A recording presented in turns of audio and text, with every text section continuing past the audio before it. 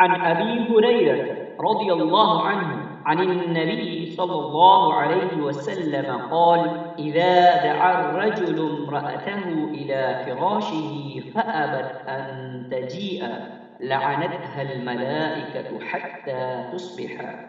صحيح البخاري.